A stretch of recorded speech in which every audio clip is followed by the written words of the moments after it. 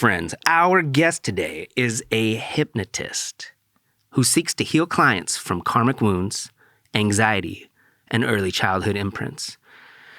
She is such a cool person, and I had a wonderful time discussing her line of work, as well as the future of being a human and the many avenues we may embark upon. She is so positive, forgiving, and reflective. Here is my friend, Emily Rose. Yeah, so that's where I wanted to start. Perfect. Tell me about hypnosis. It's a really interesting thing because we're in hypnosis all the time. Like, we're in trance throughout the day, whether it's you're driving to work and you forgot how you got to work, or you're watching a television show or a movie and it feels like no time has passed, but you just watched The Hobbit and it killed 2.5 hours of your day. For sure. So these trance states happen when our critical mind is gone. And so that can happen when we're either extremely relaxed. It can happen in, before dream states. It can happen so many different ways. But the purpose of intentional hypnosis is the process of rewiring the brain in some manner or another. We can do this by regression, which is a process of going back to memories, whether they be in this incarnation or people who believe in past lives. We can go into past lives, and we can rewrite or reframe a mental reconstruction in the mind. So that can look like, for instance, I went through a hypnosis session and I had asked my mom, I had felt like there was some womb healing to do around my birth. Okay. And I'd asked my mom about her cortisol levels when she was pregnant with me and her cognitive ability, her stress, her depression, if she had postpartum, anything like that. And she said, no, everything was perfect. Everything was absolutely wonderful. And I just kept getting this nagging feeling like there was something. And so I went into a session with a hypnotist in Australia, and he guided me back. And let me rewind. So I was speaking with my mom about it, and finally she had said, well, your birth was really traumatic. So like, you're pregnant, I loved being pregnant. It was wonderful. And I had no postpartum. I was so excited, but your birth was 42 hours. Mm-hmm. And it was extremely stressful, and I wanted to do everything naturally, but there were certain points where like your breath was being compromised, and that hit me, and I was like, oh yeah, okay, that makes sense, because I have all of this own fear around having my own kids mm-hmm. and things like that. So I went to hypnosis and we reframed it. And so logically, I still know my memory of it's not my memory, but the understanding of what happened. But in my mind, I've reframed it to my mom gave birth in a birthing center, in a clawfoot bathtub with rose petals everywhere and flowers. And so I've reframed it mentally in my mind to release the fear and stress of it, even though logically I know that's not what happened. You were able to recall those details? Yeah. Without her telling you? Yeah. And she confirmed that? Yes. They were not extreme details in the sense of I couldn't hear people's words, but I could feel stress. I was in her womb and I could feel like I was confined. I felt like I couldn't breathe. I felt extremely anxious about coming into the world. I felt just so many things.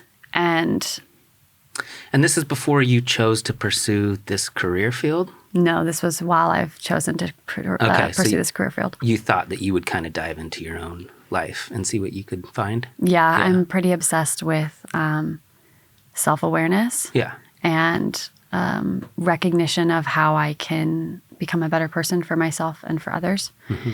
And so I got into this work being someone who constantly is like, how can I do better? How can I be better? And how can I not be so self-destructive? And so I found this career and I've been obsessed with it because I can do so many things. And that's just one aspect of reframing. We can also reframe and do inner child work. So a person who was bullied perhaps could go back and we could do Gestalt Therapy, which is a process of you speak to your bully and they have to listen to you. And when we're in hypnosis and the conscious mind or the critical mind is out of the way, we're in full like creative consciousness and emotion. And so that's what's really powerful. So you can step into the feet of the bully and figure out in this miraculous way of like, why did you bully me? And the bully will say in their own words, I'm abused at home. Yeah, that's usually what it is, right? right? Yeah. And so then they can reciprocate it and understand like oneness. And it doesn't, exempt them from anything they did, but it brings an understanding to know like other people have trauma. Mm-hmm. And so there are different ways we can reframe things, whether they be emotional healing or in my case, in that one, like actually mentally restructuring how I felt and what that environment looked like. So do you think it was beneficial? Are you glad you went that path and figured it out? Yeah, it's definitely not a one-trick pony. I mean, it is for some things. You see stage hypnotists and they're like, cluck like a chicken, and people do it on command, or people who are smokers can quit smoking in one session. But when you're going in for therapeutic processes like trauma or PTSD or binge eating, coping mechanisms that have been really long-term ingrained, mm-hmm. It's going to take a few sessions to really open that up and process that. So that was my first step in really opening that up and like coming to terms with my own birth story. And then there are other things following that I'm working on. Yeah, it probably helps you. It probably helps you when you're working with clients, right? Since you've been through it and you kind of know what it's like to be on the other side of it. Yeah, and I think that that's really important. I don't take my clients through anything that I haven't been through myself. Mm-hmm. So, of course, knowing that everyone has different experiences, but the process itself and how it leads, because I want to make sure that I know how it works. So I have learned from a few different mentors. I take a lot of online summit courses, and so you can watch people teach live and they'll answer your questions, and it's really wonderful. And this process allows me to then see them and say, oh, okay, I really like this process. I can do this process, but before I do it, I'm going to purchase a session with them. Mm-hmm. So I think I've seen over 10 hypnotists this year. For yourself? For myself. Yeah. Making sure that this is a process I'm willing to try on a client and mm-hmm. work with. And if I don't like it, I don't do it. And if I do like it, I still test it out on friends and family first before I take clients through it, because I want to see all different aspects of how it could work out, mm-hmm. because every person's going to be different in how they respond to things, what their body feels like, whether it be heavy or light, their coping mechanisms. I've had clients who, interesting enough, fall asleep and not just like, oh, I'm tired, my body needs this rest.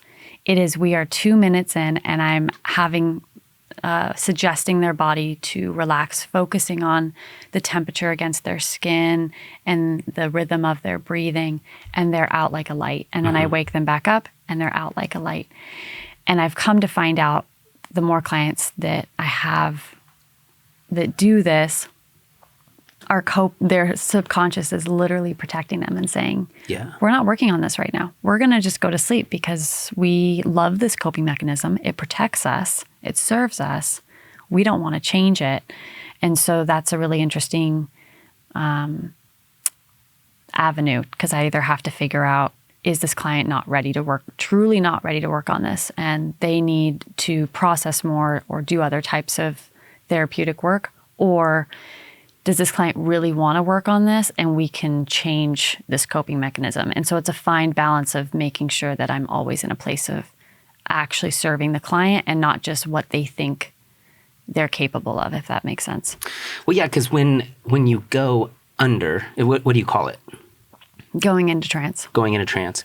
You're not conscious, right? Oh, your conscious mind is very much there. But I mean, do you know that you're doing it? Do you know that you're hypnotized? Mm-hmm. Yeah? Depends on the person. There are people who definitely are, how would I say it? I've had people explain it as though their consciousness was right here. Huh. And they're like, so I have clients who are channeling. I have sessions where people channel their guides, or they channel their definition of a higher power. And when that comes through, it's always the same. I could hear my thoughts. I could see my consciousness or feel my consciousness, but I was not in control of my words or my mannerisms.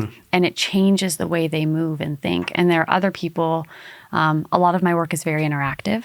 However, there are a lot of hypnotists who just read a script, or they have a process that they read out. And it's a process of bringing someone into trance by allowing them to focus on their body and release their judgment, and then moving them into suggestions of either, you are no longer a smoker, or very direct, or something of confusion, and just reading that through, and there's no interaction. There's no checking to see, did their subconscious take that?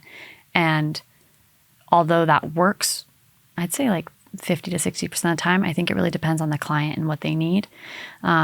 There's a really interesting fact or a really interesting thing that people just fall asleep. It seems like that's what I would do. They fall asleep, or they think they were asleep. Yeah. They're like, they come out and they're like, I don't remember anything. They're like, but I wasn't sleeping. I just went somewhere and I don't know where I went. And so there's different ways that people experience it. But more often than not, people still hear that thinking. People still hear that, oh, I have an input on that. And then they're like, oh, but that's not my turn, if that makes sense. So they can hear it, but they have no control over it. It's almost like some internal thing is taking the wheel for a minute. If they want to, yes. Because if they don't want to, it's not going to work. We can bring smoking again because it's such a big one for people. Their partner wants them to quit smoking. They do not want to quit smoking.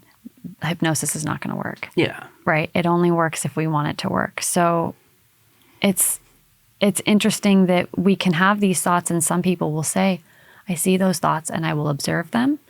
Whereas some people will take their thoughts and try to control them. And so that does make the process a little bit more difficult to encourage that change when they still want control over that coping mechanism or their mind more.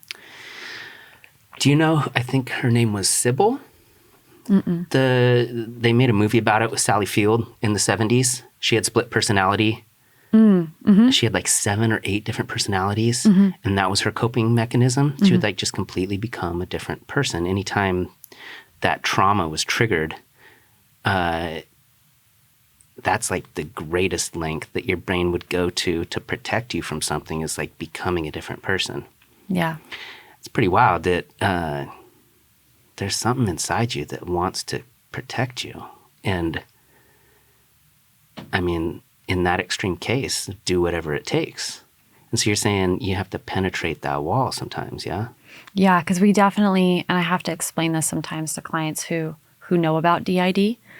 What is DID? What you just explained. It used to be called borderline personality disorder. They don't call it that anymore? Borderline personality disorder is something else now, I believe. Yeah, because I want to talk to somebody about that, and I haven't made it happen yet. Yeah, this isn't my profession, so feel free to talk to a real licensed therapist or medical professional. But the DSM-5 brought in dissociative identity disorder, because when they switch identities, they disassociate from their host, like the person that we are, right? And I do parts integration, which we all have parts, but not everyone has DID, because there's a big difference. DID is when you're literally, those parts are coming out and like creating a whole person with an age, a gender, a personality, handwriting. You've seen people with different, it's insane what can be held in one body that does not seem to correlate to a host. Whereas parts integration is more so, you have a dad hat, you have a work hat, you have a party hat, like you have all these parts of you, you have an inner child part, and they all work together for your protection and good.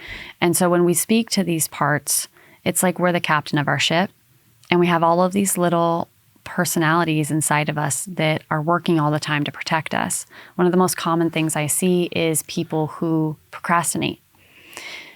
And every time I've done parts integration, it is, in my experience, a protection.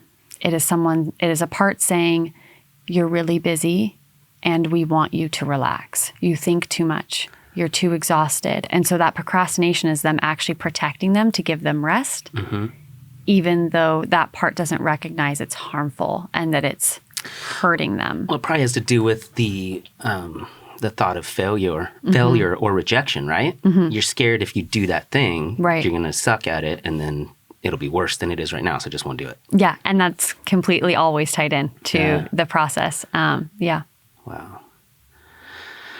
So why did you choose somebody from Australia?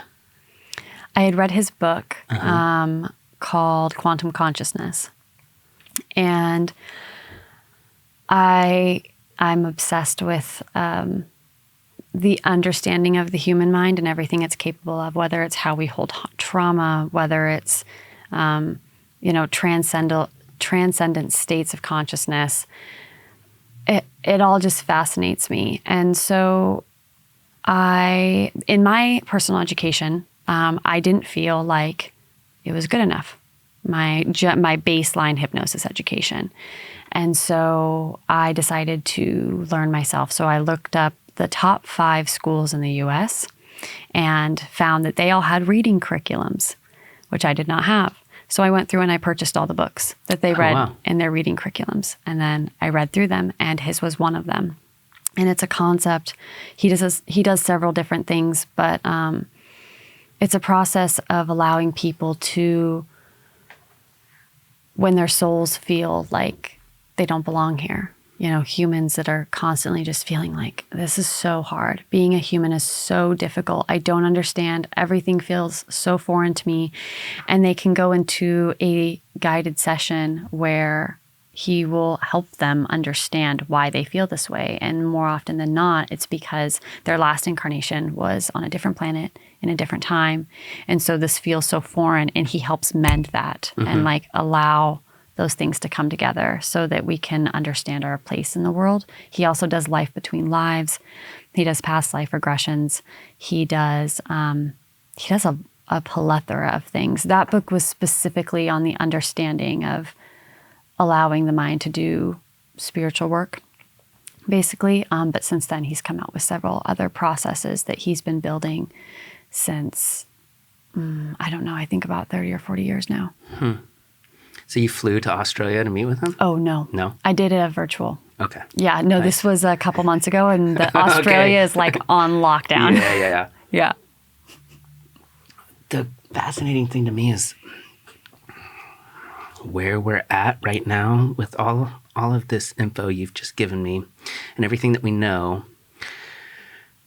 and how many different issues each person can have, and all the trauma that you can internalize and just kind of remove yourself from reality. And so this is a field of study that hasn't been around for very long.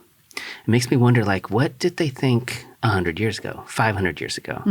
Like, there must have been so many crazy people just so upset all the time, and no one could tell you. They couldn't figure out a way to help you. You're just like, sorry. Yeah. There's history I've tried to research, but we both know the internet is so saturated that it takes a lot of effort to research this. But there's a lot of history of hypnosis in Egypt and what am I trying to do? Rome. And it's all around very ceremonial, spiritual processes. And then it kind of gets washed away. And then we see some stuff in the 50s and 60s come up, and it's very like old school clinical hypnosis.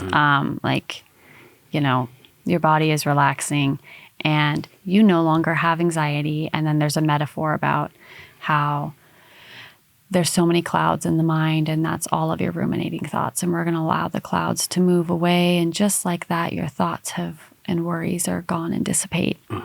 And it's just super simple. And now we're at a point where people are, there's been studies of people who have cured their Alzheimer's and seizures. I watched a live, or not live, it was recorded, but it's Charles Tebbets. He is one of the founding fathers of a type of parts integration. And he did a session I want to say it was in the 60s or 70s. It was pretty old. And he was just chatting with this guy and, put him into trance. And he said, I'd like to speak to the part that is like obstinate or, used a key word. And that part came out and he said, what's your name? And he said, asshole. My name's Asshole. And he said, okay, asshole, what do you do? And he said, I drink a lot. And, and he's like, well, why do you drink a lot? And he was, well, like my dad was mean to me. And so he starts kind of unfolding this and he's like, okay, well, you listen while I speak to another part. And he says, yeah. He says, all right, I want to speak to a part that's protecting you. And this part came out and I can't remember the name, but they said, what do you do? And they say, well, anytime he drinks, I buzz him. And they're like, what do you mean you buzz him? And they're like, the seizures? And he's like, yeah, those seizures are because of me. I'm punishing him. So it turns out scientifically, the brain was having seizures and we could see this, but it was all based on an emotional core problem. Whoa. And after that, he didn't have seizures. And so it makes you think how many things are emotionally based? Yeah. And how many things are truly because of the way we're wired or the way we're functioning on a scientific level. And it's just fascinating. And this first time I saw that, I was like, I have so many questions. So what is the ultimate goal then? You want to cure people? You want to help people? I want to help people. I can't say cure because of my profession and because of legalities. I can't, I can say therapeutic, but I can't say I'm a therapist. Yeah. Right. So, but yeah, I just want to help people. I really like working. You had spoke to it earlier that when we go through something ourselves, we have a lot more passion for that. Yeah. So I really love working with people who suffer from extreme anxiety, early childhood imprints, and mother-daughter wounding and things like that. Mm-hmm. I love working with anything that will help people, but I don't care for the clinical stuff. So I don't do smoking cessation. I don't do fear of flying. I like working on consciousness as a whole, and helping people come into the person that they are without all of their conditioning that's gotten in the way and is holding them back from whatever life they want to live for themselves. Yeah, I was thinking about it before you got here, and I think the majority of issues have to do with communication. Mm-hmm. And the inability to understand somebody. You can't read anybody's mind. Mm-hmm. You're constantly picking up social cues and body language. And I mean, a lot of times when people are mean to you or they do something messed up, it's not because it's really directed at you. It's because something's wrong with me and I'm taking it out on you, right? And so I was thinking about it because I read this article that said there's this very prominent guy who releases info on iPhones, and he said that the iPhone won't exist in 10 years because of AR and VR. And with each iteration of technology that we go through, the core idea is that you connect people more, right? That was the idea behind social media. Mm-hmm. And now it fucked everything up and made things worse for everybody. But that wasn't the original intent. And so really, at the end of the day, all anybody can do is communicate with each other. And that's with your spouse or with your kids or your grandparents or whatever. You're just trying to be who you are and explain who you are to other people. Mm-hmm. And all that stuff that gets lost in translation is what creates issues and strife. And then I was thinking about what's the end game? What would be the best thing if we could read each other's minds? And I don't know if that would be good either, because then you get to see all that dark stuff that you don't want to see. But there's so much trouble with humans because we're incapable of really telling each other what we want to say. And I think a lot of what you're trying to uncover is stuff that people can't enunciate. They can't get out, right? Because it's been buried for some reason. Mm-hmm. So you're just trying to liberate minds, basically. Yeah. And communication is such a difficult thing because we all communicate differently. Mm-hmm. And we're taught how to communicate by the authority figures in our life. And so if they don't express themselves with words and they're throwing things, we're not going to learn how to use our words, you know? Or some people use their words too much and they overshare, they overspeak because they're, you know, anxiously trying to make sure they create a full picture. And then it's not till afterwards that they realize, like, oh, I could have created that with some more boundaries or like, you know, and learning how people that we love communicate. Because our friendships and our relationships, whether they be family or platonic or intimate, it's all based on how well we communicate with them and how well we want to teach them to communicate with us. Because the more that we help them learn how we communicate and vice versa, the stronger our relationship will be. And that's something that naturally comes out of this process of working with people with anxiety and high stress levels and PTSD, is the more they become aware of themselves and those ruminating thoughts start going away, the more and more they're able to communicate their needs, the more they are less attached to people who won't serve them and can't help them, and the more that they stand in their own and say, like, oh, that's a red flag, and I don't really need to follow that down that path. I can sit here and I'm going to be just fine. So would it be best to have some sort of like childhood program and then you get to people before something happens? Because it sounds like you're doing a lot of fixing the past. Yeah. And this is some of where my own conditioning comes in and that I'm working through. And a lot of that's fear. I have a lot of fear from being in an unstable home and having things always like a Jekyll and Hyde kind of, like not really knowing what's going to happen. And in my teenage years, that evened out. But as a young child, I never really knew what was stable. So I still have that fear, and I now recognize it in little facets of life. And one of those is working with people who are underage.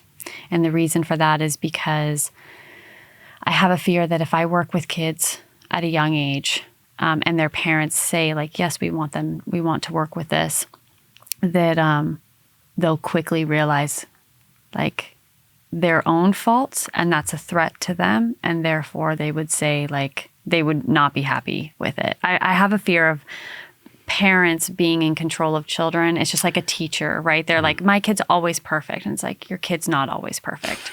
Every parent says that. Yeah. So there's this irrational worry that I could get myself into trouble or that I would be criticized by a parent. Whereas with an adult, I'm working with someone who has full consent to say, I don't want to do this. I don't like this. And so I'm really into ethics and integrity. And I've read several practitioner books on following ethics and signs and things. And so there are areas that, because I know I'm fearful in them, I won't touch them yet until I work on that, because when it comes to my work, I don't want to push anything that could trigger something in myself. And therefore create irrational fear or something that is unnecessary. So until I work on that, that's a gray area for me. No, I hear what you're saying, because if you're working with a kid, if you diagnose the issue as coming from the parents are like, oh, no. Yeah. No, nothing's wrong with me. And also, being a kid is such a weird time. Your brain is so delicate, and you're just like figuring out the other sex and your friends, and you're going through puberty and like trying to be cool. And there's so many factors that make that time period so difficult. And then if you're trying to do like deep work on your soul, you don't even really know who you are yet. Right. There's what is her name? Joanne. I can't remember her full name at the moment, but she trademarked the process of sleep talk. It's an incredible process.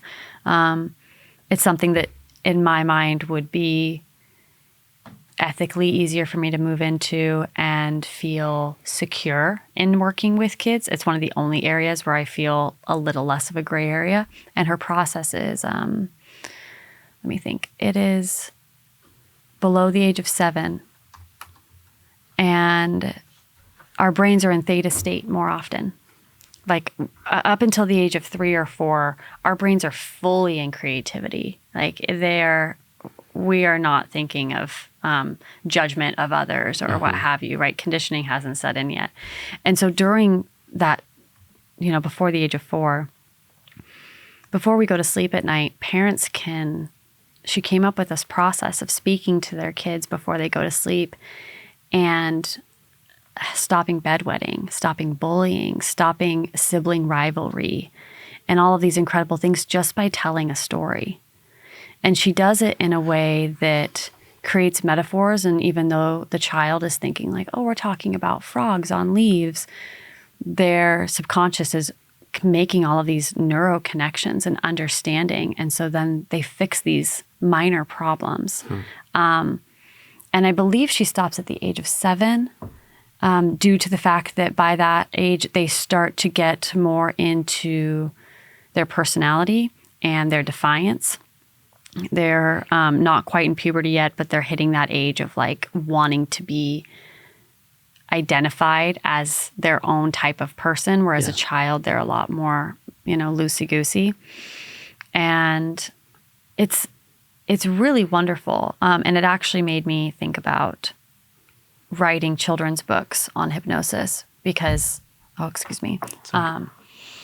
was reading a book to my nephew and he would not fall asleep. He was 3 years old at the time and he would stay up for hours just in bed and it was awful. And so we went there for Christmas and I read to him and I was like, this book is not doing the trick. So I just made up a story and I counted the clouds in the sky. And as they counted, the sheep got sleepier and sleepier and its body got cozier and cozier. And he was out like a light. And I was like, this is needed.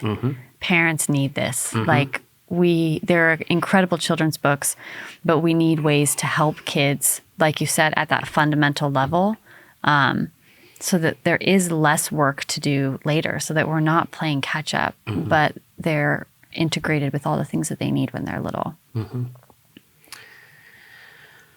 The thing that pops in my mind is the majority of people who have achieved anything have battled something. They've overcome some struggle. And I mean, you've talked about struggles that you have had, and it has caused you to pursue, to become a better person and do all these things. A part of me is like, if everything was easy, nobody would have anything to fight for. And then like everybody would just be boring and wimpy. And like, you almost need something bad to happen to make you understand why it sucks so that you can try not to make it happen again. I mean, I'm not saying like parents should abuse their kids or something, but like, you know what I mean? Yeah. And I don't have kids yet, but I have I'm fascinated by parenting and different parenting styles and how a child can be influenced by not only their authority figures, but if they have a completely safe, secure home, right, where they feel they can completely authentically be themselves. What comes in from school, what comes in and how this works, or if they have a completely unsafe home, but they have a safe school environment and family friends, and like how this rewires their brain. And I think to myself about how much I want to protect my future children, right? And you're a dad, so you know that you want to like limit screen time because we know that social media for children is not great. Yeah. Making sure that they are allowed to be bored because with boredom comes creativity. And so that they can actually experience things and be creative and not just constantly be plugged into something or needing to be fixated and sensory stimulated. But it also, how much do you want to protect your kids and how much do you also recognize that if I don't let them fail, will they ever learn or will they just have privilege of like they had such a good life and they never need to strive for anything, so then they never try to strive. Exactly, because they're worried about failing. Yeah. Yeah. No, that's super important.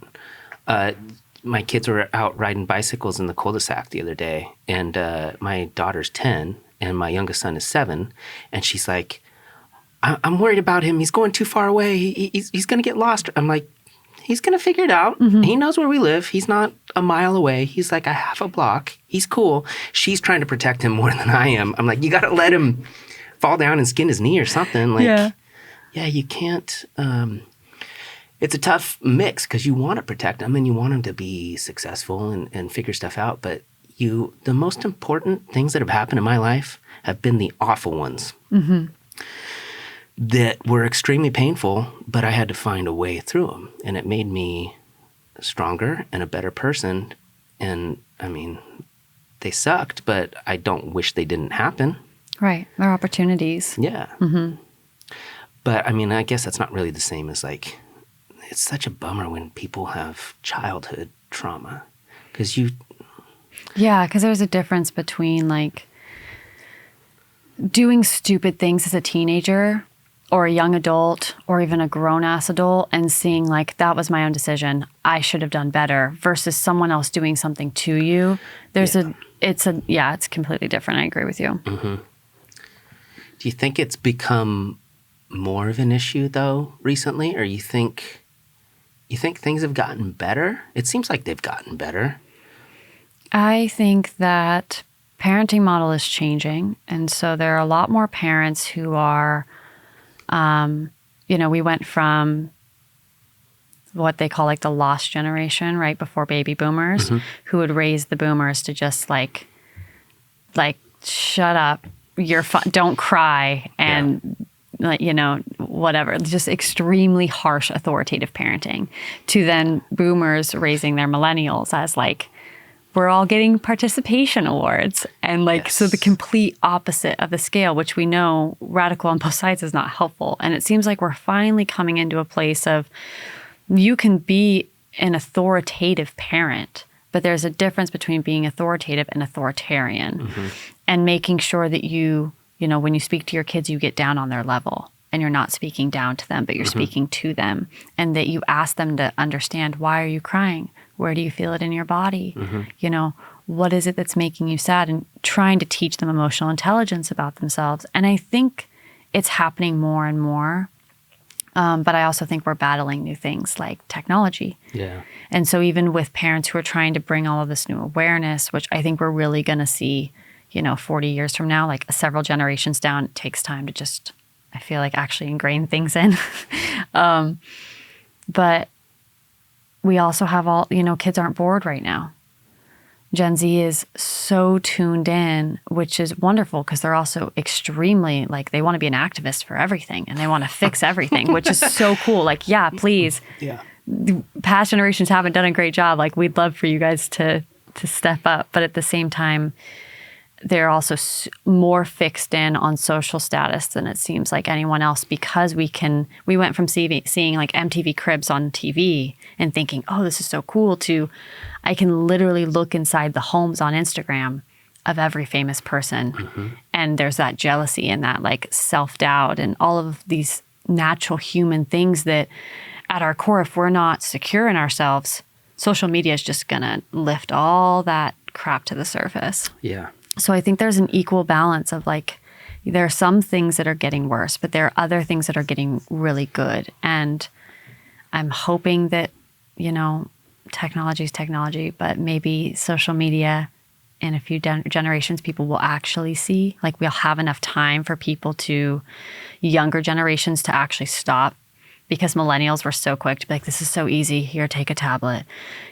I love this, right? Easy parenting. It's mm-hmm. great. And it's just like you said, we got the internet. We didn't recognize the repercussions. We handed kids our phones and our tablets, not realizing we just created a monster. Mm-hmm. And so maybe Gen Z, when they have kids, will be the first to say absolutely not.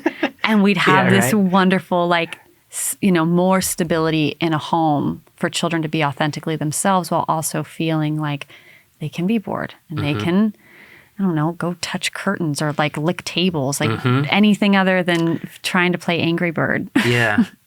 Yeah. I always think that when I'm in the grocery store, and if you don't stop yourself, the natural tendency is to just pull your phone out and do something. Mm-hmm. Or if you're in a doctor's office, mm-hmm. or even if you're hanging out with your friend and there's an awkward moment in the conversation, your natural reaction is just to yeah. And then you don't have to then you just feel normal, I guess. But a lot of times I'll be I'll pull my phone out or something and I'll be I don't even have anything I need to do. Like, why can't I just stand here and think about stuff? Because I think that's really important. That's when I have my best ideas, is when I'm just like staring at something and people are like, what's wrong with that guy? And you notice it, right? Because if you're at a coffee shop and you're just sitting, you recognize everyone on your phone. You sit in the doctor's office and you recognize everyone's on their phone. And it could be different. I mean, you do this. So clearly you're an entrepreneur, right? You're working on your phone. Like, you probably have emails and things coming to you. And so there are those of us who have work, but there are also those of us who are just scrolling. Yeah. And we're just trying to go through filling our time with something so we don't have to think about stress or let thoughts come into our mind. It's easier to like disassociate. Which I guess is good, but then, like you said, then you're looking at stuff that you don't have that you wish you did, and then feeling shitty that you don't have it. It's a weird trap. When I took my kids to Seattle to go to Wild Waves, and it was my son's birthday, and he brought his friend, and they're 14, and they're both sitting in the back seat next to each other. They hadn't seen each other in months. They didn't talk. They just both stared at their phones. And then I talked to him later. I was like, hey, man, what's up? Like, didn't you guys have stuff to talk about? And he's like, oh, we're playing games with each other, like playing each other, the game on the phone. Oh, my gosh. And then he's like, we're texting each other. I'm like, you're sitting right next to him, dude. What do you mean you're texting him? And it might have been some stuff they didn't want me to hear, you know? But I was just like, I'm 37. I don't feel like that old. And that generation is so different in a lot of ways. And that's what makes me be like, man, I don't feel that old. I don't feel like I'm that removed from all that stuff that's happening, but it's different. Like, they would rather play PlayStation together in different houses than like go hang out. Yeah. And that's so foreign to me. Like, all I wanted to do when I was that age is go hang out with my friends. And it didn't matter what we were doing, if we were like drinking or getting in trouble or whatever. Like, we were doing stuff physically together. And I don't think kids care about that as much anymore. You can have like this persona that exists online. And it's more important to like groom that avatar or whatever. It's just so different. Yeah, even, have you ever heard of like the Hype House or any of those big social media houses? So there's this fad, it started, let's see, it's 2021. I'd say maybe like 6 years ago, I think. And there's been several, but there are these hype houses, and what they, or these collective houses. And so it's a bunch of teenagers or young adults who get a house together and they create content together. And so each one has their own YouTube, TikTok, everything. And then they build up each other's stuff by doing crazy stuff. But it's so interesting because they have all of these incredible content, right? One, they're being sponsored by big names, so they have a ton of money. Yeah. So they can give away cars, or they can like, egg someone's house, the entire house with like thousands of eggs, and paid to clean it up. Like, there's no limit. It's a lot of privilege. There's like no limit to what they can do. And it's all for the sake of content. But then there are people who have been in those groups who have come out and actually filmed what's happening when they're not creating content, and they're all on their phones. They're like, going to an influencer party or one of these parties is the most boring thing because we're making content. Yeah. And once that content is done, we are all on social media. We're texting each other. Like, we are not, like you said, we're in the same room and we're not even interacting. We're interacting virtually. And it's this weird thing that even when they are interacting, it's to put more content on the internet. It's not to create relationships or to understand people or to like do something fun. It's to get the most views and the craziest stuff. And it's just, it's such it baffles me. I'm sure it sounds like it baffles you. It does. It doesn't make any sense to me, but they were raised in technology. I remember when we got a computer lab in the school, and it was a big deal. Like, I had MySpace in high school. And so I thought I was exposed too much social media. And now I'm like, yeah, it's really bad. You know, I think I got a flip phone when I was 15 and I thought that was late. And now they're like 8-year-olds with iPhones. And I'm like, what does this 8-year-old need? They're like, we need it to protect our children. I'm like, from what? Yeah. Like everything that you need to really protect your kids from is on the internet. There's a documentary about, what was it called? It's on YouTube. And it interviews parents and kids and the kids of those parents. And they're like, what do you want to protect your kids from? And they're like, well, we don't want, when we were young, the lights came on and we came home and like, we want to protect our kids from predators outside and from being stolen. And they had these statistics. They're like, did you know that your child is more likely to be sexually assaulted, bullied, or anything from social media than they already get picked up on the side of the road? And all these parents were shocked by the amount of statistics that showed that social media was so much more harmful than letting their kids stay out after dark. And it's because we're just ingrained thinking that's where the harm is. Yeah. We grew up thinking, like, having our parents and like recognize that the streets weren't a great place to live all the time unless you lived in suburbia. Whereas now it's like, that's not so much the problem. Everything is at their fingertips. Yeah. And well, it's uncontrollable too, because a majority of the people I know that have like serious addictions are adults who should know better, but it's so addictive. They don't know how to stop. And then you justify it, oh, it's because I use it for my job, or oh, I'm researching, or I'm doing this, or I'm doing that. And it's kind of a curse in a lot of ways. It's super cool that you have this thing in your pocket that you can do anything with, but then, yeah, it creates, I know so many married couples where that's like the main issue. They're like, she's fucking on her phone all the time. Yeah. I can't take it. I'm like, I don't know. It's awful. I've had that in the past happen, and I just was like, and I would consciously think, okay, I recognize I'm on my phone. If I put my phone down, maybe they will recognize, and we can like, I recognize this as a practice, and I'm also addicted to my phone. So how can I fix this? And me making the decision to delete all my social media and like, you know, take it in for myself did not remotely affect their want or need to remove anything. And so I was like, oh, this isn't going to work. And I have friends who are, you know, like you said, just constantly connected. And it just feels like, you know, especially in a world of a pandemic where we haven't had normalcy of seeing our friends as much. We're getting to more normal. People are more comfortable now seeing people. But in the beginning, people were like, you can't come in my house for a year. Oh, yeah. You know? And so in a world where we're not getting to see people, when I spend time with my friends, I want to be present. So my phone is either in my purse or in my jacket away. I am completely here. And if there's something that I know will come up, I will say, hey, at some point I'm going to check my phone because I might have an email or what have you. But like that time is so precious. I only have a couple hours with them. I want to engage with them because the rest of the time we can talk on the phone. Yeah. But that doesn't seem to be the new normal. No, the new normal is Zoom calls. And a lot of times when I'm trying to do this, people will be like, oh, you want to meet me in person? I'm like, yeah. I don't want to talk to you in a computer.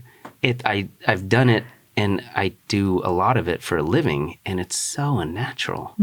You don't get the social cues, and also the timing is different because you got to wait like a half a second to hear the response, you know? So yeah, maybe it'll go away. Maybe we'll all live in the metaverse in the next 10 or 15 years. But right now, this is what I want to do with you. I don't want to talk to you in a computer, you know? Yeah. So I don't know. It's like this weird transition that the human race is going through. But it's so accelerated. And that's why nobody knows. Like, I've said this 100 times before, but like, I don't know what to tell my kids to do after high school. I'm like, I don't know if you should go to college. I don't know what you should study. I don't know what jobs are going to exist in 5 years. Yeah. It's so hard to tell.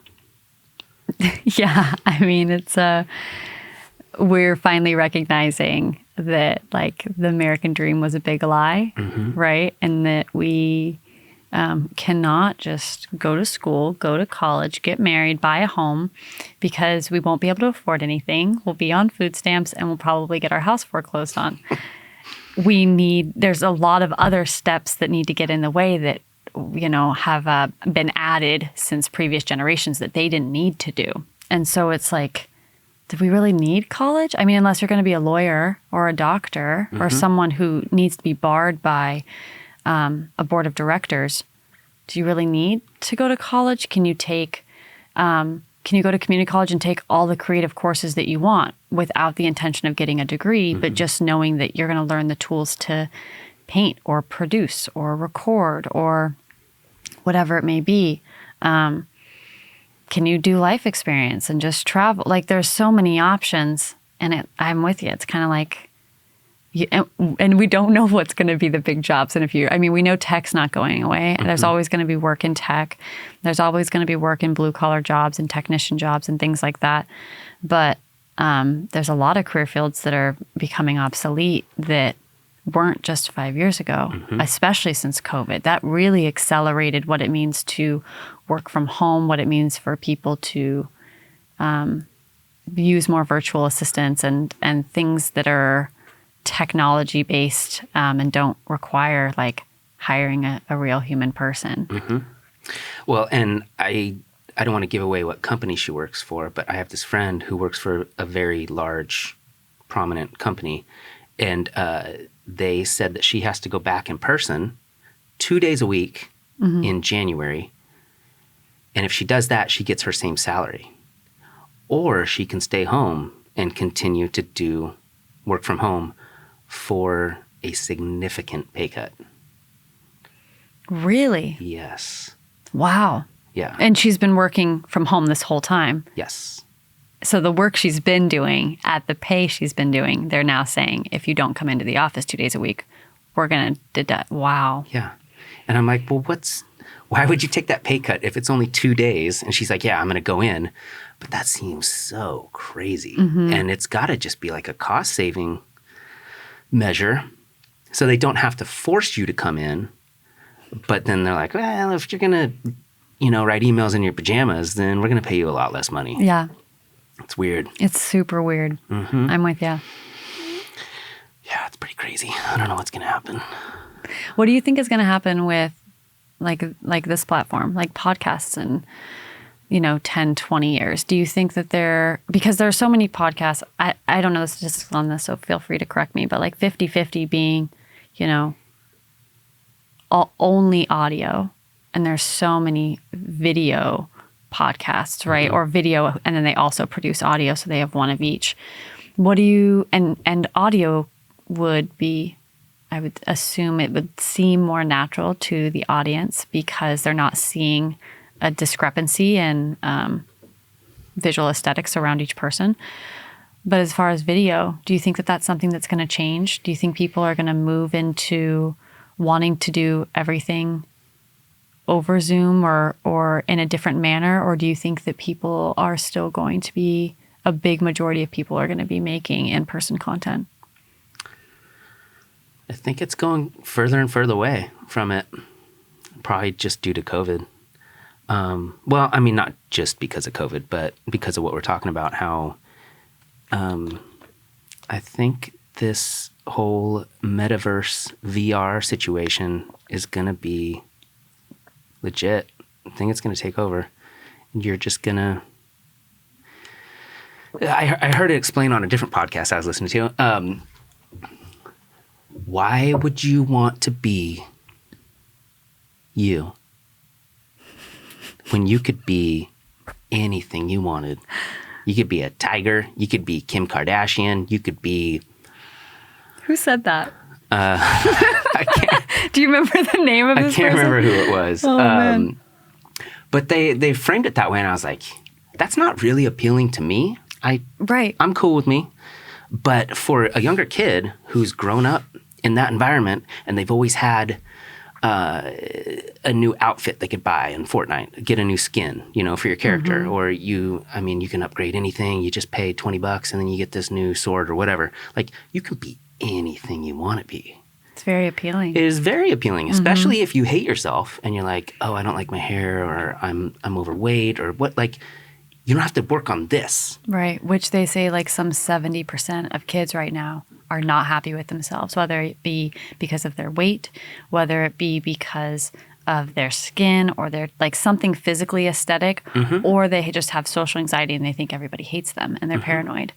It's a huge majority of kids. So yeah, it makes complete sense that they're all, for them, that's a great advertising technique to say like, you don't have to be you anymore. Like, okay. Yeah. Good. I hate this. This sucks. Sounds awesome. It sounds great. Yeah. But then like what happens with procreating and meeting somebody and falling in love with somebody? And I mean, I guess you could still fall in love with somebody, hearing their voice, and like you appreciate their character. You're like, oh, you got cool shin guards.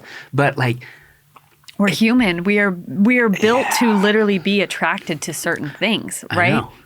I mean, whether it be like, someone's big eyes, or someone who's tall or short or whatever, we are naturally attracted to something. And no matter how much we can fall in love with someone's personality, at the end of the day, we're human and we're naturally judgmental. And so if we then meet someone in person and they don't meet our aesthetic needs to what we think is visually attractive, it's not very many people who will actually follow through with that. I think there are people who absolutely fall in love with people's souls. But even that has its limits of what they find beautiful. So yeah, that's a huge murky water of like, people can fall in love online, but will they stay in love when they meet each other in person? And there's a big difference between, meeting someone and talking to them virtually and not actually seeing them, to not only seeing them, but also watching them interact in real life, because it's very different.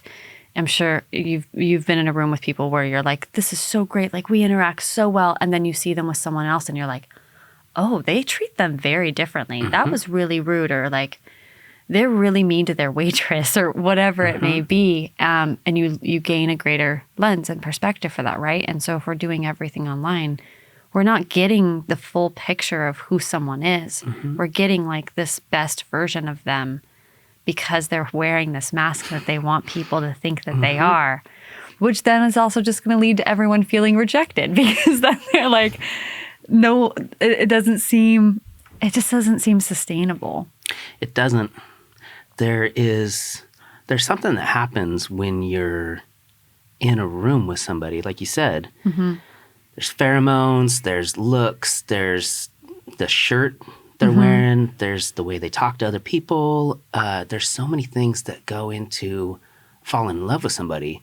And yeah, I don't think you can replicate that online and then see it happen in person. And that's, up until recently, I was on Bumble a lot. And it's so weird to basically judge a person on a picture of their face. And I'll be totally honest, I'd swipe instantly on lots of people based on one picture. And that doesn't have anything to do with what type of person they are in real life. Like that's such a shitty way to judge a person. Yeah. And I was supposed to go on this date with this girl, and it didn't work out because I got sick and I had to cancel on her. But the day before we were going to go out, she's like, I have to ask you, which one of the pictures is you? And I was like, what do you mean? And she goes, they all look like different people. And I'm like, it's all me. I don't know what to tell you. Yeah. Like just because they're from different angles? I guess like... I had a hat on in some of them, but she thought they all looked like a different person. And I'm like, I don't know what to tell you. They're all me. That's also such a weird thing because, I don't know if you've ever met, you've done online dating, right? So you've met someone online, and then in person, when you see the fractionation of their face in different places, you notice things that you didn't notice from a picture online, because those pictures are meant to be the best, most posh, perfect of how I hold my shoulders and everything. And so it's funny because, your pictures were probably just like your honest face in every percussion. And people aren't used to seeing that because they're used to seeing, why isn't your face always in this position with your left side? Because that's your good side. Yeah. And that's really interesting that that they asked you that. Yeah, I was surprised. I was like, I don't know what to tell you. They're all me. I guess that one looks more like me or something. It's just such a weird way to try to meet a mate. Yeah, and I don't know about you, but I've met people who I thought that they were beautiful, but not necessarily what I would normally like date or be interested in. And after meeting them and talking to them, I was like, oh my goodness, you're beautiful, right? So it can do either or. Like personality can make someone so much more attractive, just like it can make someone so much uglier. Yeah, relationships are fascinating to me. Yeah. Especially online. And Bumble, right, that's only... Is that only when the girls reach out to guys, right? You swipe and you match, and then they have to send the first message. Okay, gotcha. Yeah. Yeah, it's weird. It's really weird because everybody's trying to paint a picture of, like, even on Instagram or whatever. Like, everybody's trying to paint the best possible scenario of what they are. And most of, like, the most famous people, it looks like their life is awesome and they love everything, but then they're just like so depressed. Yeah, I mean, pictures lie. Like in my early 20s, I posted so many things to be like, look at this. And in the background, like I'd go back to that picture. I'm like, I cried that day. Like, that was a really bad day, right? Or you take pictures with a partner. So many pictures of my early 20s with people. And I'm just like, we fought all day. But this picture looks so nice. And we made it look like everything was so great. And it's just like, if I used to do that, I know there are other people still doing it. And as things have grown, it's just like, I don't know. So I deleted my social media because I couldn't handle it. And I felt pressure I was getting to a point where I was taking pictures to post. So I wasn't going to the garden center to get flowers for myself. I was going to the garden center that had a hobbit house that I could take pictures in to post on Instagram. And then end up leaving without flowers. And I was like, this is the matrix. Like, this is bad. This is not okay. I'm not proud of myself. I feel super slimy. And I also feel like, why am I trying to be something that I'm not? And why am I doing things only for the satisfaction of pleasing others? And not doing it because I just love gardening and because I love to plant flowers. And so it's a really toxic circle. And it's unfortunate because we don't know the lens, right? We see these photos of other people and we're like, it must be this. They must be so happy. And that can cause people with jealousy or whatever it may be. But we don't actually know if that's the right lens. Yeah. We don't know what's truthful. We don't know what's photoshopped because there's so many crazy... I watch YouTube's like the one social media that I watch. And that's enough for me. I can fill enough time with YouTube. And I've watched a few videos on before and after. So people will take Photoshops, right? And they'll Photoshop their body. But then their friend will post the same photo. And so you can find the original and find that like the wall is warped. And like their knee is way out far. And it just... One, it's insane, but also just makes me really sad. Like, why can't we post pictures of like our roly-poly bellies and the way our bodies just sit because we're human and none of us look like that. Yeah, it's this constant strive for perfection, but it's all the little things that make us different, that make us interesting. Right, like imperfection is beautiful, right? Yeah. It's a weird world. I don't know where it goes. You think that the metaverse is going to take over? Yeah. Okay, so I haven't done a lot of research on this because I just haven't. It's from what I remember. Let's see. I had Facebook. I deleted it 3 years ago. So from what I remember of Facebook 3 years ago, it's obviously evolved a little bit. But we're turning that into a virtual reality realm only, correct? It'll only be virtual reality? I think for as as evil as that dude is and driven by like profit and stuff, I think he's very smart, and I think he understands what's coming, and he owns Facebook, so he can push that to happen. I think that's where it's going to go. And then I don't know exactly what it'll look like. It'll probably be like the same. You'll still be able to see your grandma's garden and your friends that were partying last weekend, but you'll be in the world. Yeah, I'm so interested in what this looks like. So, yeah, because so if your grandma's taking a picture of her garden, but you're in the metaverse world, like a 3D structure, then she's got a house, and she will her picture like upload to the garden that she has in her metaverse? I don't know. I'm so curious about like how. I agree with you. I think he's evil, but he's also a genius. Mm-hmm. And I'm very intrigued to see how this comes to fruition and what exactly it means for like our future in virtual reality, and wanting more and more for people to just disassociate from the world, because it's all really scary and really shitty, and no one trusts the government like in any country. And so we're just going to go on to metaverse and be whoever we want to be. Yeah. You know, you could eat as much as you want. You could drive a Porsche or Lamborghini or whatever. Like, you do anything. Yeah. Yeah, I didn't think of it that way, but I think you're right. Maybe everybody will just have like a house. I don't know. On a street. I'm so interested. I mean, it's really cool for a lot of reasons, but you're right. People will not exist in the world anymore. You'd just be like chilling in your lazy boy with your goggles on. Yeah. I mean, you just have to like set a timer to go eat real food a couple times a day. And then, I don't know, they'll probably have jobs in there. I'm sure there's going to be some way to oh my gosh, generate ad revenue. So crazy to have like a job in virtual reality. Yeah, it's going to happen. I didn't even think about that. Yeah, that is going to happen. That's insane. Yeah, you'll go to your fake job in the fake universe. You're like, hey, how's it going? You know, you just ride your bicycle down the street. It's this is a problem. Crazy. It is a problem. Like, you're right. Like, I mean, there's so many, for as many good things as social media has brought, it has brought double the amount of bad things. And this isn't going to be any different, right? It's going to bring all of this incredible technology and ways for people to communicate and like express themselves in a way that's so unique and different. But at the same time, it's just disconnecting human interaction, which like we as humans need.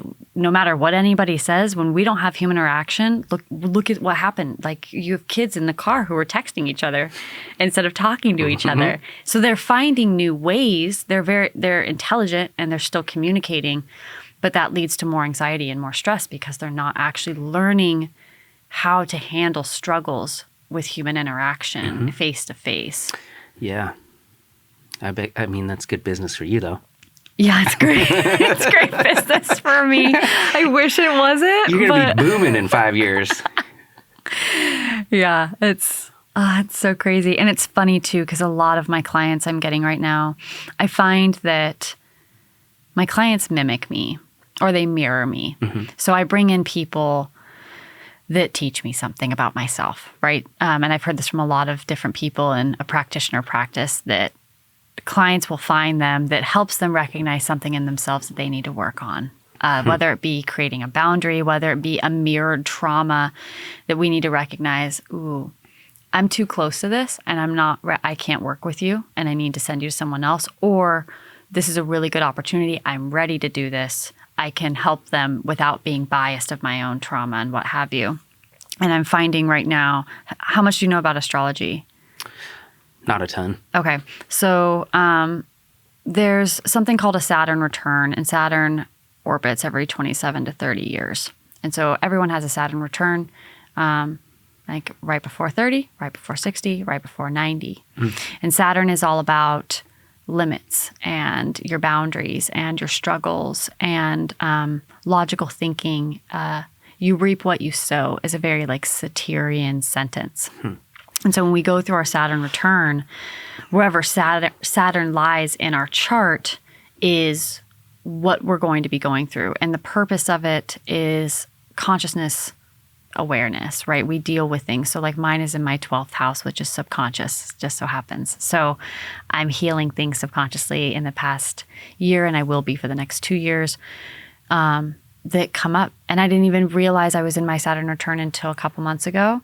But at the beginning of the year, intuitively, I was just like, I'm sad. And I don't know why, but I know that something's there and it wants to come to the surface and I need to identify it. And I just kept feeling it, and I slowly started peeling back. And that's why I started, that's one of the reasons I really started digging into other hypnotherapists to see them. And then when I started doing that, I was like, this is great. I'm going to do this now, just not only for myself and put the sessions around what I need to, but I'm going to follow people that I like and see how that can also benefit my work, right? And put both into play. And I find that right now I'm seeing so many clients that come in and on their discovery call, they're like, yep, I'm 27 or I'm 28 or I'm 29. And so they're all within this age, and all of them say the same thing. I'm so tired of being anxious. I want to change. I don't know what I need to do, but I want to do something different. Or people who are like extremely self-aware, and they're like, I know why I'm sad. I can identify when I get triggered. I can do all of these things, but I can't stop it. I see all of this, but I don't know where it started, and I need to reframe that aspect. And so I think it's just really interesting. I am attracting a lot of people that just so happen to, in different ways, be wanting to work on the same thing that I'm working on, which is our Saturn return and whatever that means to help us release limits and frustrations and beliefs that no longer serve us. That's really cool. You get to work on yourself while you're working with other people. Yeah, it's great. Sometimes it's really hard. Other times it's really great. And sometimes I know when I need to refer you out. You have to do that often where you're like, I'm sorry, I just can't. Not often, but I refer people out for 2 reasons. I do refer out people if they come to me for clinical work, smoking, things like that, phobias and fears.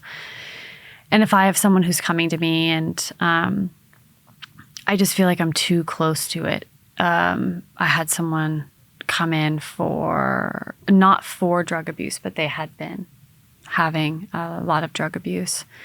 And I just said, I'm sorry. I have great referrals for you, but I need to refer you out because I grew up in a home with drug abuse and a ton of family with drug and alcohol abuse.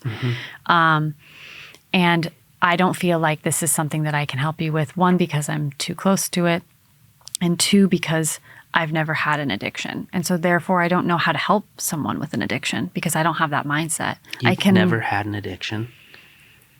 I've had an addiction. I had one, but I quit really quickly. An ex-partner of mine had Xanax and Adderall prescription. And so Xanax was great because I was having panic attacks every day. Yeah. And I was like, this is awesome. And then one day I just realized, I don't like this because I'm turning off this anxiety, but where's it going?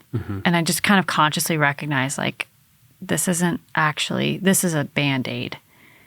And I don't want a Band-Aid anymore. I want to actually work on it. So that went away really quickly. And then I was addicted to Adderall because I had binge eating when I was younger. And I was very overweight. And it took me a really long time to get to a baseline foundation that was healthy for my body and my shape. And I got into my early 20s and started just partying a lot. And then I lost a lot of weight and I was like, I look fucking great. This is not eating looks good on me. And then I had a partner who had Adderall. So then I could just, I was working at a bar and a coffee stand and I was going to school full time. So I was like, this is the best thing ever, until finally I had customers who were telling me like, are you okay? We're concerned about you. And then again, that next light bulb turned on and I was like, okay, I need to find a happy medium because binge eating isn't good for me, but not eating isn't good. And so finding that middle balance of like, what does healthy look like to me? But both of those things I was able to just quit on my own. That's really cool. And I didn't want to. And yeah, so in my mind, like, I didn't have a strong addiction. I wasn't willing to do anything to get those drugs. You know, I wanted them. I knew that it wasn't a necessity. And so when I have someone come to me for that kind of work, it's like, I don't know where their head's at. And they deserve someone to help them who knows and has been in their shoes that can actually facilitate what they need. And that is so out of my wheelhouse. It's really cool, though, that you could diagnose that and make a decision to change it, because that's the most difficult part for most people. They know something's wrong, but they don't have the willpower to change it. It's really important. Yeah.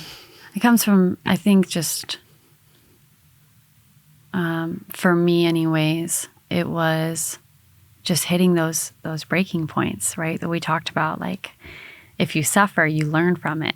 And so through that suffering, you know, I finally hit a point where I realized, like, 125 pounds doesn't look good on me if I'm not working out. If I'm just not eating, on my frame, I look sick. And so how can if I want to be this thin, I need to do something that's healthy for my body. I need to build strength and endurance. I need to feed my body things it wants. And I was like, I don't want to do that. So I'm just going to stop taking Adderall. And I'm going to have the body I have and recognize my eating habits. I'm going to not binge eat.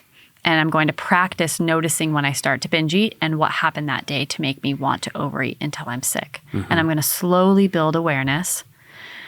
And I don't go to the gym, and I stretch. I don't. That's good for you. But I recognized in myself, like, you know, there's so many people who say, oh, I would love to have that body, but we don't want to do the work to do it. And when I recognize that I give myself that grace, that I don't want to spend an hour in the gym every day, I need to accept the body I have and take care of it the best way I can. And so it was a practice, but I've seen enough long-term addiction in my family. I'm pretty good at getting to a point of, like, ooh, I don't want to go past this. I usually hit a wall, and I'm like, okay, this is my limit, and I need to change something or withdraw to some degree. I've never met a woman who didn't have an issue with food. Really? And not that men don't, but it's so much more prevalent. I don't know if that's from the last 10, 20, 30, 40 years, or if it's always been a thing, but food's tough because you have to eat. And it's so easy to eat now because we can have anything we want. You don't have to, like, chase a deer. I mean, I know a number of people who have had significant issues with it, and it's one of the toughest ones because if you're hooked on heroin, you can find a way to quit heroin. You don't need heroin, but you need food. Yeah, it's a tough one.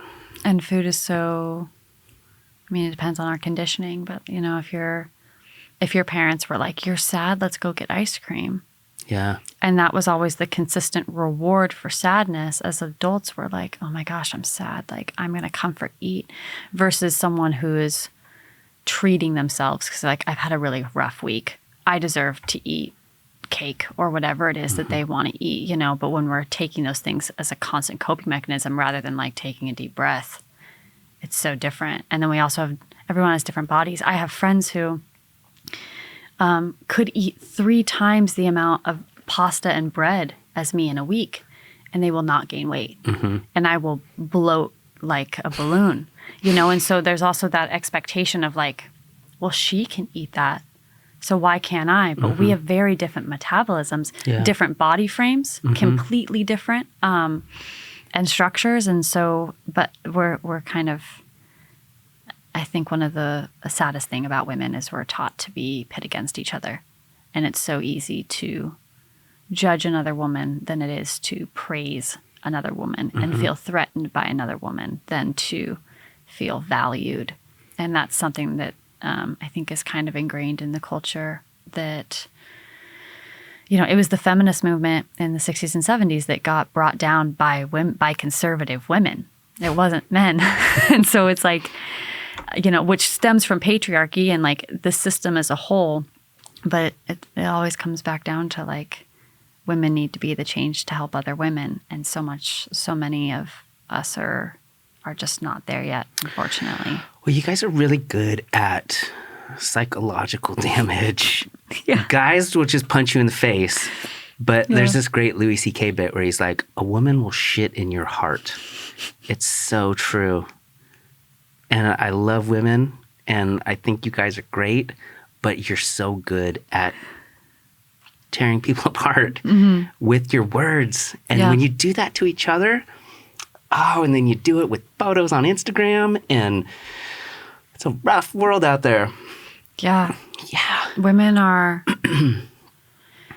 Women can be very, very mean. Speaking as someone who used to, in my early 20s, like I was a pathological liar.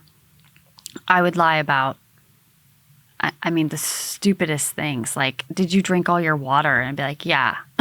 And I didn't drink any of it.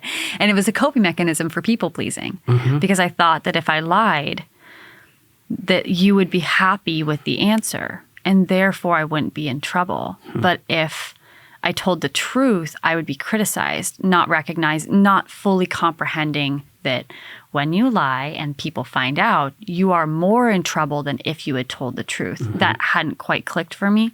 And so I grew up lying all the time and just being very unself-aware and malicious. And it was never purposeful. I never did anything to be like, I want to hurt this person, so I'm going to do this. It was just, things just came out of my mouth, and I look back and I think, oh my God, I hope that person's okay.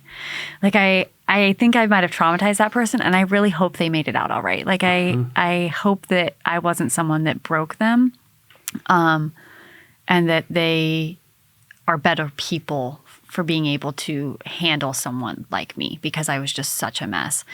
And now I'm on the complete opposite end. Like if you wanted me to call Comcast to try and get a cheaper bill and lie about something, I'd be like, I won't do it. Yeah. I'm a very all or nothing person. It's hard for me to find middle ground. But right now I'm like, I do not lie whatsoever. And yeah, I think looking at that aspect of myself and who I used to be, I learned that from other women.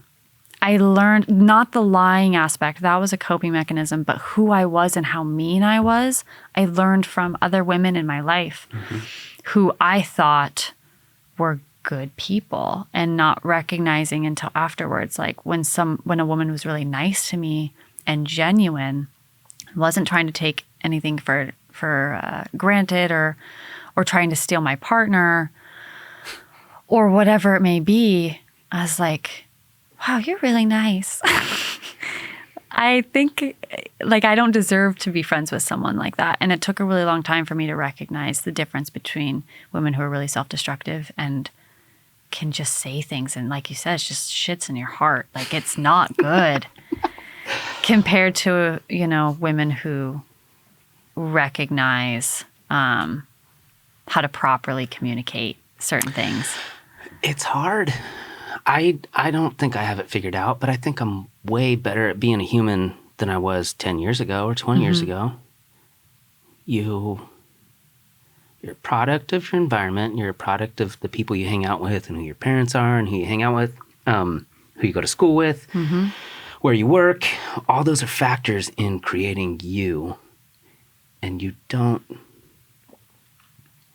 figure it out right away. And most people don't figure it out ever. But that's the misconception, is that when you're a kid, you're like, oh, my parents have it figured out. Oh, my grandparents know what they're doing. Right, like this pedestal of like, they're not human, they're your parents. And then one day, which it clicked for me this year, or last 2 years, it clicked, and I was like, my parents are human. Like I see my dad now when he's in his inner child. And I don't see him as my dad. I see him as like this little kid who's playing guitar and is like 5 years old and like wants a validation and attention. And I'm like, it's so different. But as kids, we're like, our parents have everything figured out. They know everything. And it's a weird concept that we make up in our minds about what parents are until one day we realize they're human too. Mm-hmm. They're just like us. And that's a weird thing to find. Weird. Yeah. Yeah. I don't know about you, but I put a lot of thought into age as a number. Mm-hmm. And for the longest time, I thought I had to achieve a certain amount by a certain age because other people had achieved a certain amount by a certain age. And then you just think like, oh, 40's ancient, 50's like you're almost dead. And like I'm almost 40 now. Mm-hmm. And I feel like I'm smarter in ways, but I'm also an idiot. But that's the beauty of it, is that I get to keep learning something new every day. I get to hang out with you and hear what you have to say, and like it slowly changes my opinion on some things. Mm-hmm. I think that's the most important part, is just that you keep trying to figure stuff out, because I'll be 90 years old and I'll be like, man, I wish I would have learned more. Yeah, absolutely. I used to think I was going to be married with kids by the age of 24 and a college degree. And I'm like, I'm 28, and I got married at 26.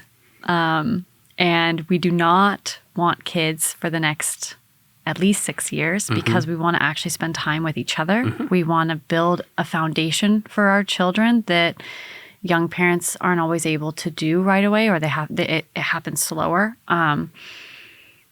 We want to be selfish. I want to sleep in. I want sleep. How dare you? Because I know once we have kids, we are going to be fully like, I think all parents hit levels of like laziness, in the sense of you're just tired, you're raising kids, you need a break for yourself. But I also think that there's a big difference between parents who are completely not involved and will just put their kids in front of a TV for 10 hours versus a parent who like actively is trying to engage their children in one way or another. And I just feel like I know my personality, and because I'm all or nothing, I'm going to go all in. I'm going to have no sleep. I'm going to have no hobbies for the first like 7 years and give up everything. And I'm going to, at some point, need to find balance again. And I'm just not ready to make that sacrifice yet. And I think so many people, I also have friends who are like, oh my God, I'm 27 or I'm 30 or I'm this. And I'm like, I'm fucking 28 and I'm excited. I have more money than I've ever had. I'm way happier than I've ever been. Yeah. I've started my own business, so I work for myself. Like, it can only go up from here. Like, this is great. 21 sucked when I look back at it. Like, that was not fun. But, when you're young, you're like, 21's going to be so awesome. And it hits you in the face, and it's really difficult. And then you get to drink to wash it away. Yeah, exactly. Forget all your troubles. Yeah. That's a very adult decision. Yeah. I think it's a good one. I'm grateful. I'm grateful. I didn't have kids earlier. And it's just funny. We put these things on age, like we're supposed to do this by this age. And I've just come to feel like, my dad's 60. He retired at 55 working for the state, and worked for the government in child protective services. Mm. And his whole life has been on the hamster wheel, right? Never really doing anything for himself, trying to raise his kids, trying to be a good dad, trying to be a good husband, trying to be a good employee. And he retires, and he goes through a little bit of a midlife crisis and breaks down, and he comes back out writing over 60 songs, playing guitar, starting a band, moving to upstate New York from Washington, and just like wearing unicorn shirts and writing songs about cosmic cowboys and like smoking let me think of the word. Cosmogenic weed. It's like cosmic and ganja. Cosmoganja weed. Nice. And it's just like this man that has never lived for himself. At the age of 58 at this point. At 58, when he started this process, like, that just shows you age is nothing, right? When we think of what 55 and 60-year-olds are doing, and he's like completely breaking those barriers. Mm-hmm. And it really opened up my eyes, and seeing him in his inner child all the time really opened me up to recognize that like age is just a number. And the more that we see it as a construct to hold and bind ourselves to, the less we're living for ourselves, because we're building out of what society thinks is appropriate. Yep. Right? Like seeing an 80-year-old woman in a tutu, totally fine. She's crazy. She's having a good time. She's lived her life. 5-year-old, she's adorable and cute and wonderful. You see a 30-year-old in a tutu and you're like, did you put on your kids' clothes today? What the fuck is wrong with you? And so we have these constructs of like what's acceptable, but it's all false. And I feel like those of us that are naturally just inquisitive and young at heart will always be that way. I don't think there's much that can deter that to a point where, you know, we turn 80 and we're like, well, I'm just going to eat pudding and put my teeth in cups for the rest of my life and hope that my feet don't get cold at night. Like, I agree. I think there are way too many people that get sidetracked with what people think. And you shouldn't worry about it. You don't know when you're going out. You don't know who you're going to get to see or who you're going to get to meet, where you're going to get to go. You just got to do it while you can. Yeah. Yeah. And I don't know. Fear is a strong deterrent, especially with stuff like this going on right now. I know people that are just so terrified. They don't go anywhere. Yeah. I'm like, you are missing out on life. I know. It's hard. And, you know, that fear is irrational, right? My brother had said, like, the statistics that you're more likely to get into a car crash than you are to get, like 5 times more likely to get into a car crash than you are to get COVID and die. And yeah, it's people have stopped living their lives completely. And it's devastating. It's not okay. You know, I believe everyone should be doing what they need to feel safe, but there's a difference between rational safety and like, you know, okay, so you don't want to be around people, but I can go to a local park that I know is almost always deserted, or I can start doing things for myself and find things that add value to my life. But that's turned more into like they're at home all the time. There's nothing pushing them to try and live by those values. So more and more people are falling to the faults of social media and television. And, you know, that's a hard one in our house, is watching movies.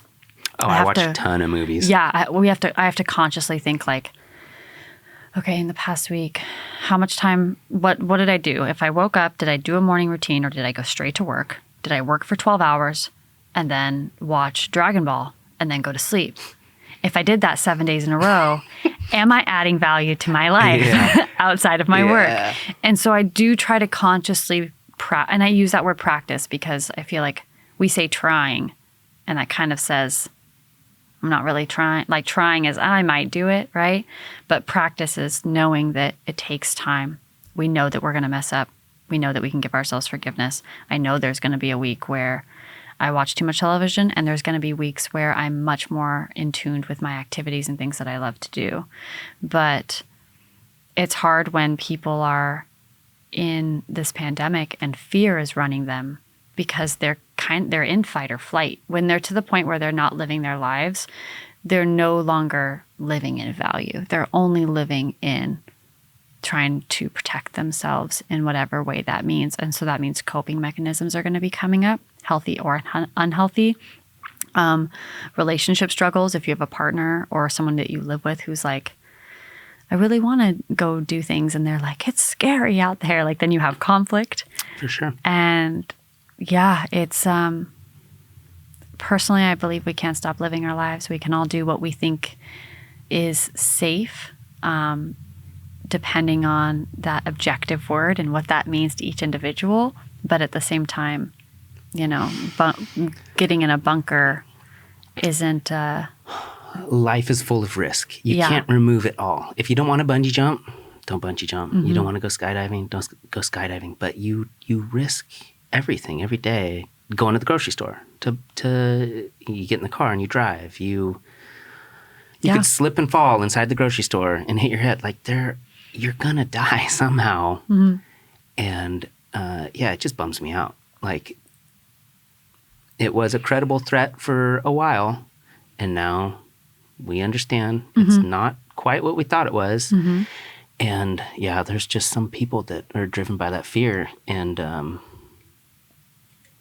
you only get so much time. You can't waste it all. Yeah, and I mean, this is my faith belief, so this is all objective to my personal reality, but like, I truly believe that my soul is meant to do certain things. And if it's meant to die young, it's going to die young.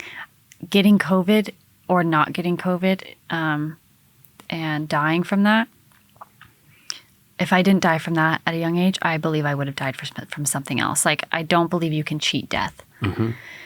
And so whatever happens is going to happen. And I'm willing to take whatever risks I believe are not risky for me, in my opinion, and follow my safety guidelines according to what those are, and also respect other people's boundaries and what they need, knowing that my beliefs may not fall within the majority, and therefore proactively making sure that I don't put other people in uncomfortable situations just because I have my own beliefs. And I think there's it's all very interesting. The human psyche in this period has been extremely interesting, in watching people and how they react. But I don't think that locking ourselves inside is the way to go, especially when we live in the Northwest, where seasonal depression disorder is like super high. It's a real thing. It's a real thing. And so locking ourselves inside for the whole year is year round. Yeah, summer's only good for 3 months. Yeah. You can't miss that. We need nature. We need to talk to a tree, hug a tree, sit on the ground and close your eyes and feel the grass between your fingers, and how they sit on each movement, and just the little things that we can do to connect to nature, whether it be once a year or 5 times a month. I think that that would go a long ways for people, but there's that fear. It just sits there, and the news doesn't help. No, not at all. The news is so John Krasinski, he had a thing called Really Good News. Yeah. So we watched that for the first 8 weeks of the pandemic. Yeah, and then he sold it. Yeah, and they destroyed it. Yeah.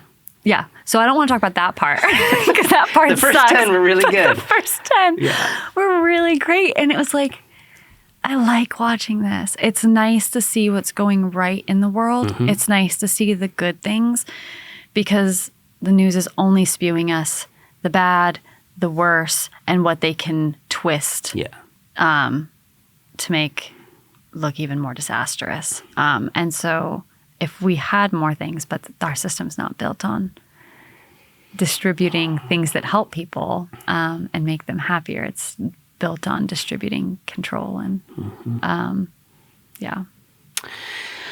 We just got to spin it, make it more positive. Yeah. Do our best. Okay, well, that's a good spot to shut it down. So thank you very much. Yeah, absolutely. Thanks for having me.